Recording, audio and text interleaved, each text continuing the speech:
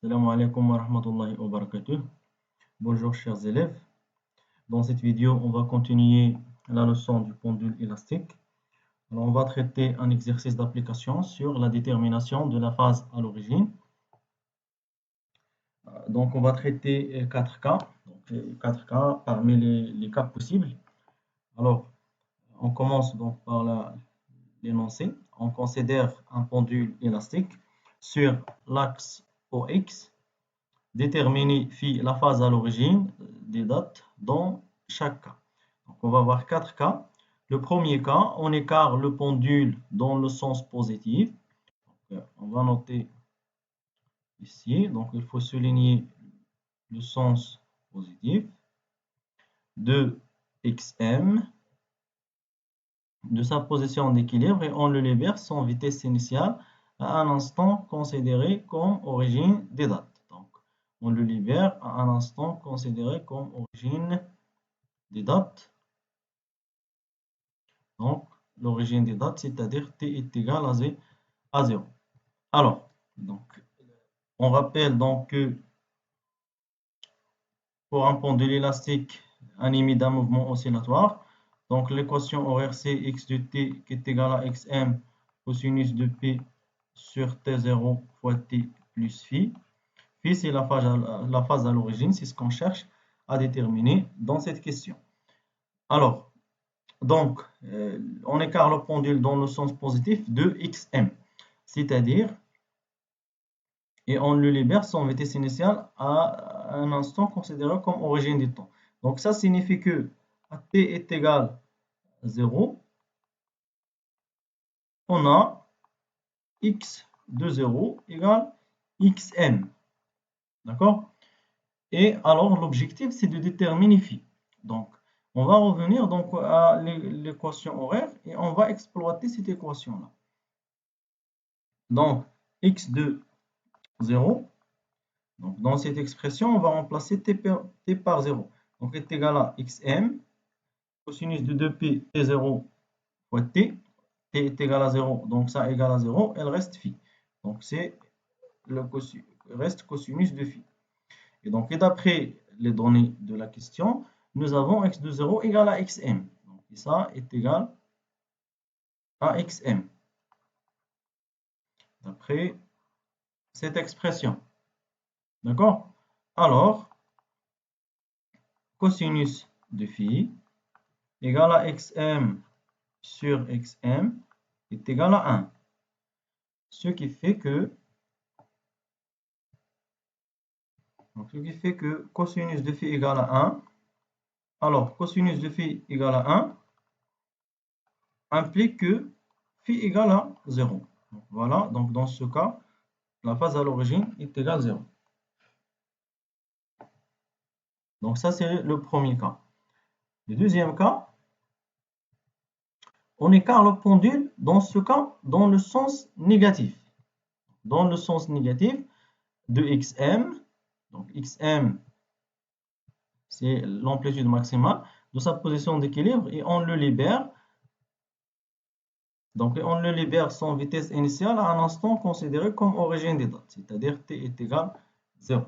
Alors, donc ça signifie quoi? Que x de 0 égale à combien? X de 0 égale, donc dans le sens négatif. Donc si je trace la figure, donc c'est ça. Donc ça c'est la position d'équilibre. On choisit le repère O confondu avec G à l'instant t est égal à 0. Donc ça c'est O qui est confondu avec G0. D'accord? Donc on écarte le pendule d'une distance xm dans le sens négatif. C'est-à-dire on va compresser le ressort. Donc on va écarter le solide dans le sens négatif. Donc xm, c'est cette valeur-là. Donc c'est cette distance-là qui est égale donc à moins xm. Donc à t est égal à 0. Donc à t est égal à 0, x de t égale moins xm. Donc, tout simplement, x de t égale moins x1. Et on va exploiter encore une fois l'équation horaire. Donc, à t est égal à 0, on a x de 0. On remplace dans l'équation horaire, donc c'est x de t, x de 0, cosinus de phi, qui est égal à moins xm. D'après les données, x de 0 égale moins xm. Alors, il reste alors cosinus de phi, qui est égal à 1. Moins 1, pardon, est égal à moins 1. Pourquoi moins 1? Tout simplement parce que c'est donc cosinus de phi égale moins xm sur xm, qui est égal à moins 1. Et cosinus de phi égale moins 1 implique que phi égale moins pi. Donc cosinus de phi égale moins 1, ça implique que phi égale à pi. C'est pas moins pi, donc égal à pi. P ou bien moins pi, c'est la même chose. Donc c'est tout simplement égal à pi. Si on met moins pi, c'est toujours la même chose. Voilà, donc ça c'est le deuxième cas. Donc pour le troisième cas, on considère l'instant du passage de pendule par sa position d'équilibre. Donc notez le passage du pendule par sa position d'équilibre. Et on rappelle que la position d'équilibre, c'est x égale à 0. C'est l'origine de repère, c'est x égale à 0. Donc dans le sens positif, comme origine des dates. Alors ça signifie quoi? Le passage de sa position d'équilibre, c'est-à-dire à x égale à 0, dans le sens positif, comme origine des dates. C'est-à-dire que, tout d'abord, c'est-à-dire que x de 0, tout d'abord, la position d'équilibre, on a dit que c'est x égale à 0, égale 0, dans le sens positif. Donc le solide, il passe dans le sens positif de sa position d'équilibre, ou bien par sa position d'équilibre. Donc ça signifie que x point de 0, ou bien si la vitesse à t est égale à 0, il est positif, il est supérieur à 0. Donc on va exploiter ces deux cas pour déterminer la valeur de phi. Alors on a donc x de 0 toujours égal à x max fois cosinus de phi est égal également à x de 0 qui est égal à 0. Donc ça signifie que cosinus de phi égale 0. Donc cosinus de phi égale à 0 implique que phi égale pi sur 2 ou bien phi égale moins pi sur 2. Pourquoi? Donc parce que la fonction cosinus, c'est une fonction paire. Donc cosinus de x égale cosinus de moins x. Donc la fonction cosinus, c'est une fonction paire. C'est-à-dire, si je trouve par exemple phi égale p sur 3, moins p sur 3 également, c'est une solution.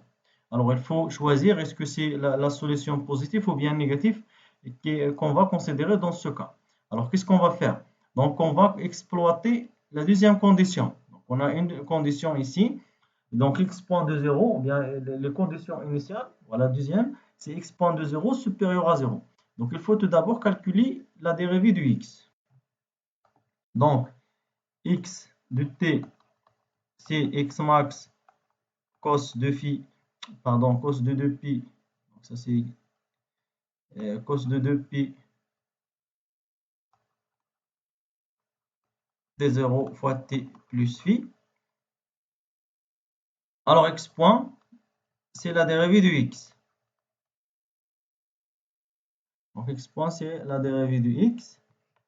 Donc la dérivée de x, c'est la dérivée de cosinus, c'est-à-dire la dérivée de cosinus, c'est moins sinus, donc c'est moins xm de p sur t0 fois t, donc t0 fois sinus de 2p t0 fois t plus phi. Alors, or x point de 0, il est supérieur à 0. Donc, il faut étudier le signe de x point de 0. Alors, tout d'abord, on va remplacer t par 0. Donc, x point de 0 égale moins xm est égal à moins xm fois 2p sur t0 fois sinus. Donc, si on remplace t par 0, on va avoir ici phi. Alors, ça, elle est comment? Donc, ça, elle est supérieure à 0 parce qu'on a le passage dans le sens positif. C'est-à-dire, donc pour avoir ça est égal à 0, sachant qu'on a un signe moins ici, il faut avoir sinus de phi négatif. Donc, il faut avoir sinus de phi inférieur à 0. Pourquoi? Parce que déjà, on a un signe moins. Donc, pour avoir cette expression positive, donc il faut que le sinus de phi soit négatif. Donc, ça implique, nous, on a deux choix, soit p sur 2, soit moins p sur 2. Donc, ça implique que phi égale moins p sur 2. Donc, dans ce cas, la solution, c'est moins p sur 2.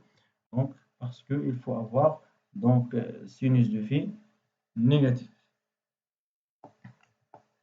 Alors, ça, c'est le troisième cas. On passe alors au quatrième cas, qui est le dernier cas. Alors, on considère l'instant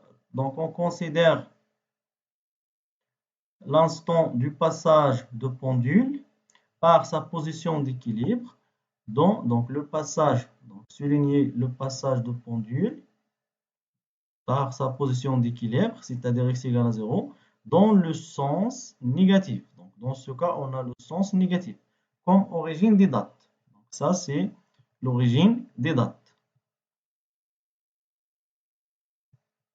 Voilà. Alors, le passage du pendule par sa position d'équilibre signifie quoi? C'est-à-dire le pendule, il passe à x égale 0. La position d'équilibre, on a choisi la position d'équilibre confondue avec l'origine du repère, x égale à 0. Dans le sens négatif, signifie que x point de 0 inférieur à 0. Dans ce cas, x point de 0 doit être négatif. Donc, comme origine des dates. Alors ça, donc on a x de 0 égale à 0 et x point de 0, il est inférieur à 0. Donc, même méthode, on va donc exploiter ces deux cas pour déterminer la valeur de phi. Alors, on a toujours x de 0 est égal à xm cosinus de phi. D'après cette expression, est égal à 0. Ce qui fait que cosinus de phi égale 0. Alors, phi égale à p sur 2 ou phi égale moins p sur 2. D'accord? On a deux cas. Soit p sur 2, soit moins p sur 2. On va choisir est-ce que c'est p sur 2 ou bien moins p sur 2. Comment? Même méthode, on va exploiter la deuxième condition. Donc, directement, je vais écrire x point. Donc, on a x point de 0, c'est la même expression. Donc, c'est moins xm fois 2p t0 fois le sinus de phi. Dans ce cas, x point de 0, il doit être comment? Donc, ça, c'est x point. Donc, ça, c'est x point de 0. Il doit être négatif. D'après, parce qu'on a le sens négatif.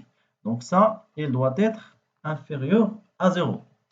Alors, pour que ça soit inférieur à 0, sachant que j'ai déjà un signe moins ici, x max il est positif, 2p sur t0 est positif. Donc, il faut avoir sinus de phi, comment? Donc, sachant que j'ai moins ici, et je veux cette expression soit négative, donc il faut avoir sinus positif. Donc, pour avoir le sinus positif, on a deux choix, soit P sur 2, soit moins P sur 2. Donc, pour avoir le sinus soit positif, il faut choisir donc P égale à P sur 2, parce que sinus de moins P sur 2, c'est moins 1. Et donc, on va avoir moins 1 ici fois moins, cette expression elle va être positive. Si on choisit P sur 2, sinus de P sur 2, c'est 1. Donc, on va avoir moins x max fois de P sur T0 qui est inférieur à 0. Donc, ça, c'est le choix de P sur 2. Donc, généralement, s'il vous plaît, généralement, si on trouve P égale donc une valeur θ qui est différente de 0, alors automatiquement, phi égale moins θ également, c'est une solution.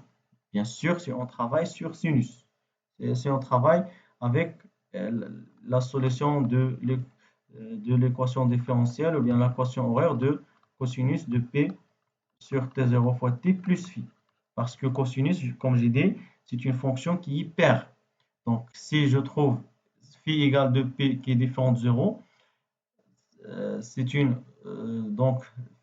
solution. Phi égale moins P également, moins θ également, c'est une solution. D'accord? Alors, il faut étudier le signe. Donc, il faut étudier le signe de x point de 0. Donc, ça dépend. Si on a le passage, par la position d'équilibre dans le sens négatif, dans ce cas, il faut avoir x point de 0 inférieur à 0. Si on a dans le sens positif, il faut avoir x point de 0 supérieur à 0. D'accord? Quelle que soit la valeur de θ, soit P sur 2, bien P sur 3, bien P sur 4. Donc, c'est toujours la même chose. Ça, c'est juste des exemples. Donc, il faut généraliser. C'est la fin de cette vidéo. Je vous remercie pour votre attention. Il y a une nouvelle vidéo, Inch'Allah.